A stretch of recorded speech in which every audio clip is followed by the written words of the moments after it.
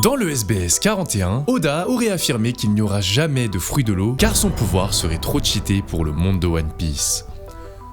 Bah c'est faux, voilà. En réalité, il n'y a aucune trace d'une quelconque parole de Oda qui mentionnerait le Logia de l'eau. C'est pourtant le fantasme des fans de One Piece. S'il existe des fruits élémentaires comme le feu, la foudre ou les plantes, logiquement, il doit y avoir celui de l'eau. Mais parmi les milliers de courriers de fans que Oda reçoit, il ne choisit jamais de répondre à ceux qui en parlent dans les SBS. Comme si il faisait exprès de cacher son existence. Et si il était déjà apparu dans le manga sous nos yeux? Aujourd'hui, on va essayer d'enfin lever le voile sur le Logia de l'eau. Est-ce qu'il s'agirait réellement du fruit le plus fort de tous les temps? Quels seraient concrètement ses pouvoirs, ses différentes utilisations, mais surtout, est-ce qu'il est déjà apparu? Et si oui, qui le possède actuellement?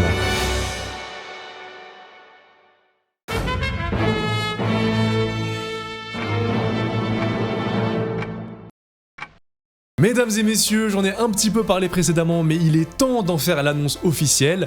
Blue Line revient. Oui, du 21 septembre au 5 octobre, on va lancer les précommandes de la deuxième collection de Kakemono. Je sais que énormément d'entre vous étaient déçus d'avoir raté le premier drop. Alors cette fois-ci, on le fait durer 2 semaines au lieu d'une. Le dernier drop vous a vraiment fait kiffer, on a eu que des retours positifs, merci beaucoup. Et donc pour cette collection, on part sur le trio d'îles de la marine, Enies Lobby, Marineford et Impel Down. Voici les premiers croquis. On a essayé de rendre ça bien, que ça soit un point de vue bien mémorable des îles. Et franchement, celui d'Impel Down, il est incroyable. Comme d'habitude, Gate a géré ça, voilà. Et il y a même les previews avec la couleur que je vous montrerai à la fin de la vidéo. Alors je crois qu'à l'heure d'aujourd'hui, vous avez tous dû recevoir du coup les colis du drop 1. Donc je vous le demande s'il vous plaît, si vous aimez Blue Line, si les Kakemono vous ont fait plaisir, donnez-moi vos impressions par message sur Insta avec une petite photo de votre commande. Ça aiderait énormément la marque dans le futur et ça vous fera passer dans les vidéos. Bref, je vous tiendrai au courant dans tous les cas. Sur ce, passons à la vidéo. Bon, déjà, à quel point est-ce que le fruit de l'eau pourrait bouleverser le monde? Je veux dire, on a déjà vu des fruits comme le Gura Gura no Mi, ou même les Logia des amiraux qui sont capables de changer le paysage d'une île. Alors qu'est-ce qui distinguerait le fruit de l'eau d'un simple Logia? Eh bien, vous le savez, les fruits du démon possèdent tous une faiblesse naturelle, l'eau.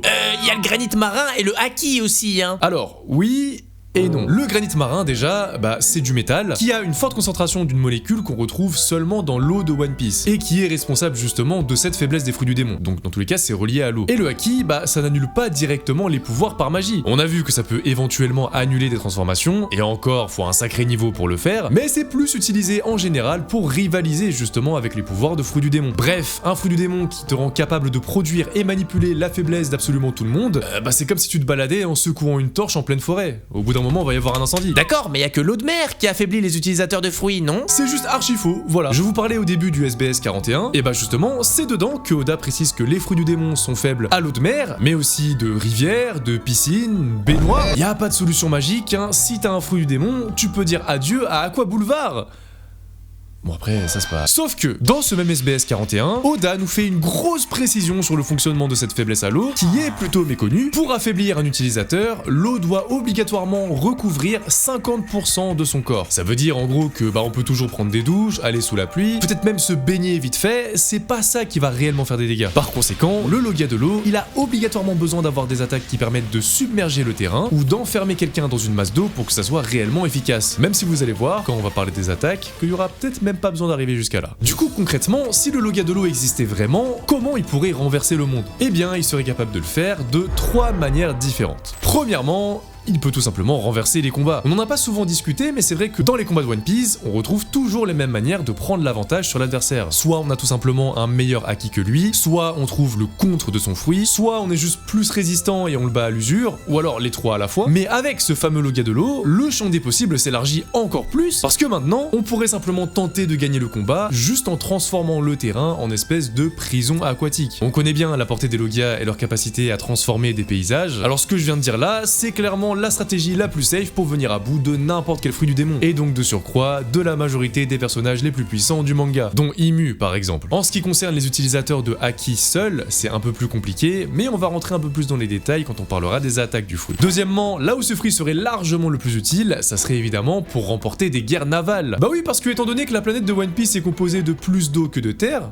bah comme la nôtre en vrai, bah toutes les armées de n'importe quel camp se déplacent en bateau. Et vu qu'avec ce fruit tu peux plus ou moins produire et avoir le contrôle d'une grande masse d'eau, tu pourrais aisément par exemple engloutir le pont d'un navire, séparer une flotte en créant des courants artificiels, tu peux même genre générer de l'eau qui se confond avec l'eau de la mer, ce qui fait que le bateau ennemi sera sur ton eau à toi, et vu que tu peux la contrôler, bah tu peux essayer de soulever le navire, de le retourner, de le détruire, enfin...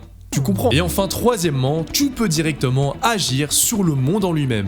Oui, là t'as le choix pour le coup. Soit t'es une personne bienveillante et tu décides d'alimenter les îles qui manquent d'eau, pour les cultures, pour les gens dans le besoin. Tu peux même utiliser ton pouvoir pour éteindre des incendies. Soit t'es malveillant et dans ce cas-là tu peux t'arranger pour inonder des îles entières, que ce soit pour rendre un port inutilisable, ou alors carrément pour rendre l'île inhabitable, voilà si c'est ton kiff. Et enfin, je vous rappelle quand même que depuis le siècle oublié, le niveau de l'eau a monté de 200 mètres. Alors même si aucune preuve ne mène à un éventuel Loga de l'eau et que Vegapunk pense qu'il s'agit d'une arme antique, et bah y a bel et bien un pouvoir dans le monde de One Piece qui est capable de le faire. Voilà, maintenant que c'est dit, et si on s'intéressait plus en détail aux pouvoirs et aux attaques que pourrait avoir ce fruit? Qu'est-ce que le Mizu Mizunomi permettrait de faire? Bon, il y a un petit truc qu'il faut mettre au clair avant. Ce fruit du démon peut contrôler l'eau liquide. Donc il ne peut pas produire de glace, de neige, de vapeur. Il ne pourrait pas non plus agir sur l'humidité présente dans l'air, parce que du coup c'est de la vapeur d'eau. Par conséquent, tu acquiers un corps liquide, mais qui est très différent de tous les autres Logas qu'on a vus, parce que, bah, tu es beaucoup plus fluide que les autres. Donc ton eau peut s'infiltrer très facilement dans le moindre interstice, comparé à de la boue par exemple, qui certes est liquide, mais beaucoup plus épais. Tu peux faire passer tout ton corps avec une simple fissure. Donc déjà, tu as une capacité de déplacement très polyvalente, mais c'est pas non plus la meilleure des autres, parce que bah par exemple le gaz, la vapeur ou même le sable font pareil, voire mieux que toi. Là où tu vas surtout te démarquer, c'est surtout au cours des deux utilisations primordiales de ce fruit. En premier, le combat, évidemment. Je vous préviens, si vous avez bien aimé les techniques que j'ai inventées pour le Loga du vent la dernière fois, vous allez pas être déçus. Déjà, au corps à corps, qu'est-ce que ça vaut? Certains d'entre vous l'ont peut-être remarqué, mais le délire de frapper avec de l'eau, ça ressemble vachement au karaté des hommes poissons. Bah oui, y a même aucune différence avec un Loga de l'eau là. Alors oui, mais non. Le karaté des hommes poissons, même s'il permet de créer des tourbillons et même projeter de l'eau comme des balles, faut bien retenir que c'est un pouvoir qui dépend de l'eau présente autour, mais également de la puissance de tes coups. A contrario, le Mizu Mizunomi, c'est un fruit qui te permet directement de créer la matière et de la diriger par la pensée, comme pour tous les Logas quoi. Ça permet d'aller beaucoup plus loin, comme remodeler son corps ou contrôler le terrain, et ça permettrait notamment de faire des techniques très puissantes, comme le Suiken.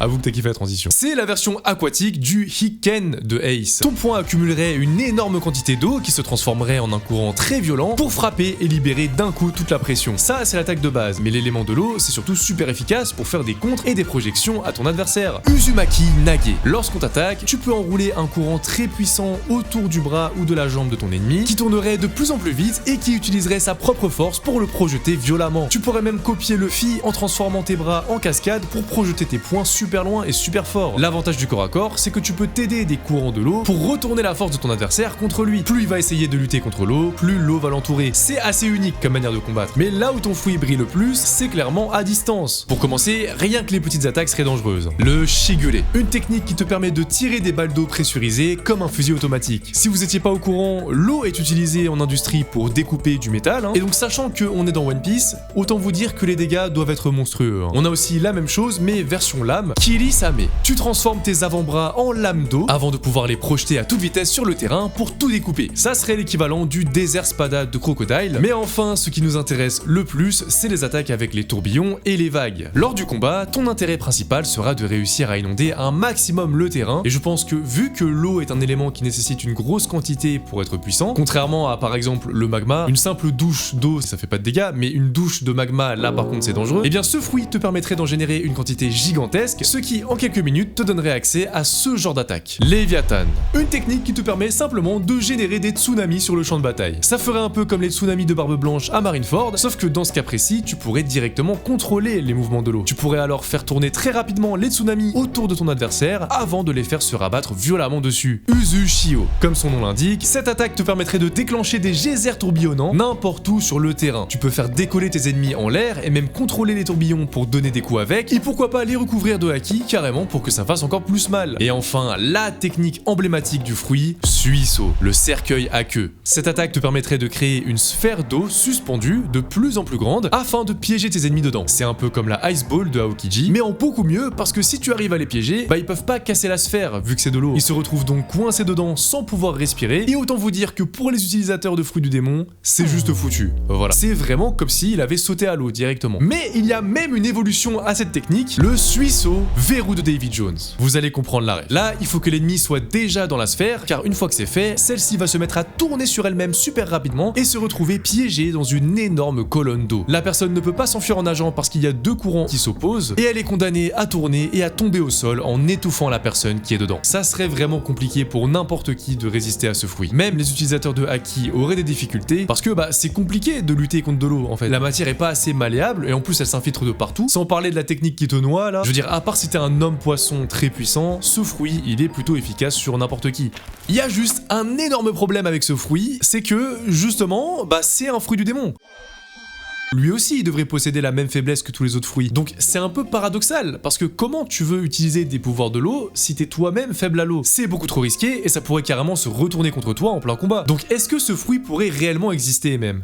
Bah justement, dans le manga, on a déjà eu des exemples de Logia qui se rapprochaient du concept d'un fruit de l'eau. Déjà le fruit d'Aokiji et de Monet, qui sont respectivement de la glace et de la neige, c'est littéralement de l'eau, même si c'est sous une autre forme. Et ne parlons pas non plus de Caribou avec son fruit des marécages, qui peut créer une sorte de liquide composé d'eau et de terre, un peu comme de la boue. Mais pour que le Logia de l'eau puisse réellement exister dans le monde de One Piece, il doit résoudre deux problèmes. Numéro 1, comment utiliser le fruit de l'eau sans perdre ses forces dans l'eau?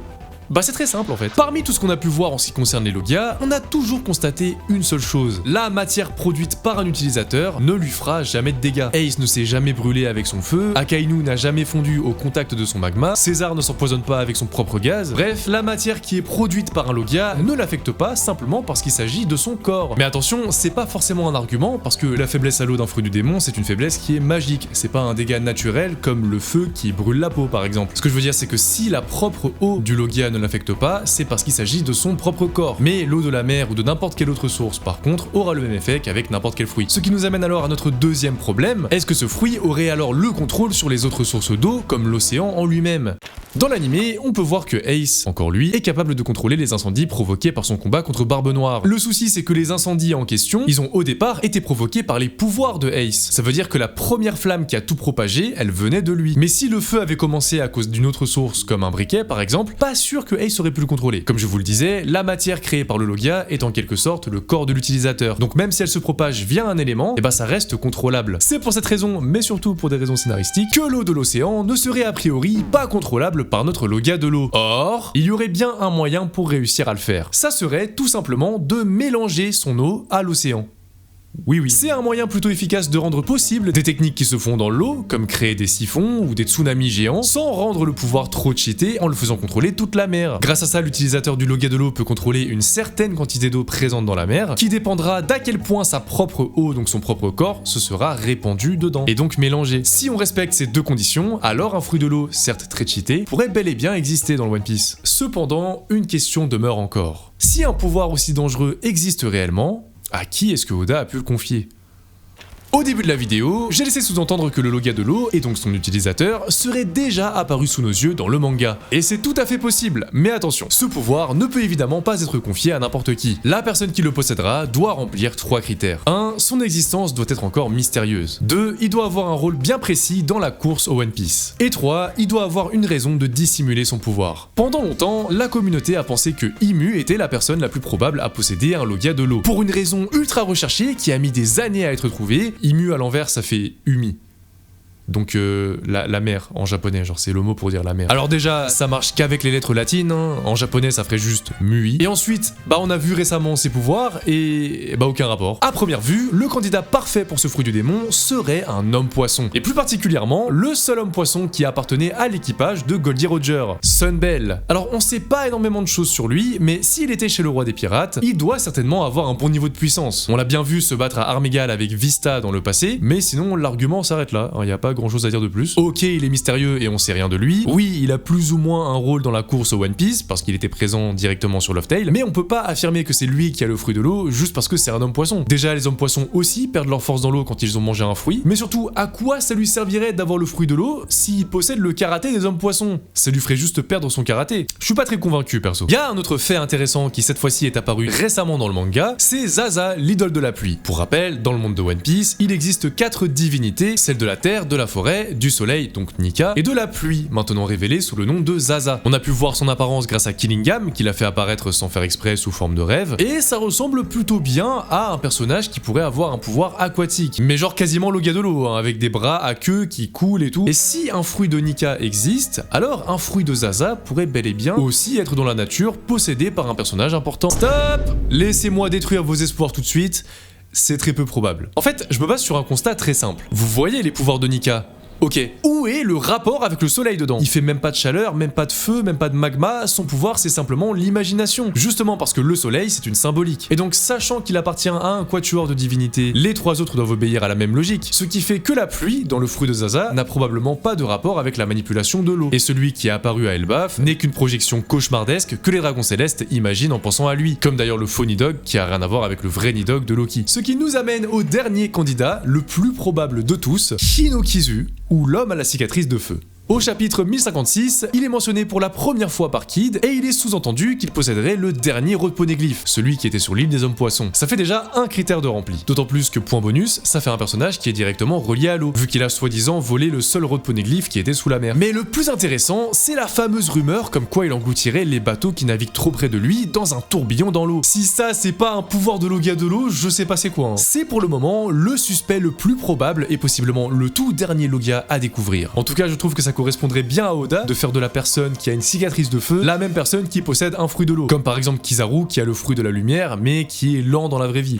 Au final, le Mizumi ne peut pas être un simple Loga comme ceux qu'on a vus avant. Peu importe qui le possédera, il se doit d'avoir des conditions équivalentes à ses avantages pour être légitime. Et donc un tout nouveau personnage comme l'homme à la cicatrice de feu est le candidat parfait pour nous faire cette surprise. Merci d'avoir regardé la vidéo, ça fait très longtemps que je voulais faire ce sujet. Dites-moi en commentaire vos propres théories pour le Loga de l'eau, ça m'intéresse. Comme promis, voilà les premiers croquis avec couleur. Attention, c'est des croquis, hein. C'est pas la version finale du tout, pour la collection marine de Blue Line qui sortira le 21 septembre. On a vraiment cherché à faire 3 ambiances différentes et je trouve que ça donne trop envie. Dites-moi celui que vous préférez en commentaire. Bisous.